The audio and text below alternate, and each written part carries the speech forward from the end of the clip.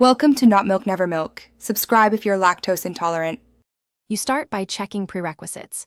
Make sure your Apple ID has no active subscriptions, and you have a valid payment method and billing address for the country you want.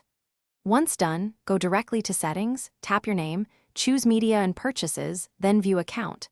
You may be asked to sign in. Do that.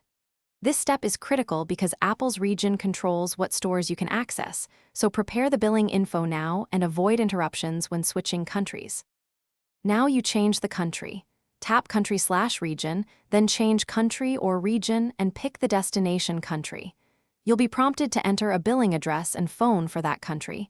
Input the local address exactly. Make sure the payment method you add is accepted in that country because Apple validates it.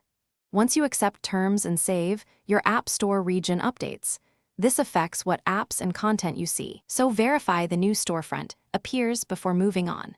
Finally, install or open the Google Play Store app on your iPhone if available, and sign in with your Google account. You may need to install via a supported method for iOS. If the Play Store content still shows the old country, use a VPN set to the new country and make sure your Google account billing info matches. This aligns content licensing.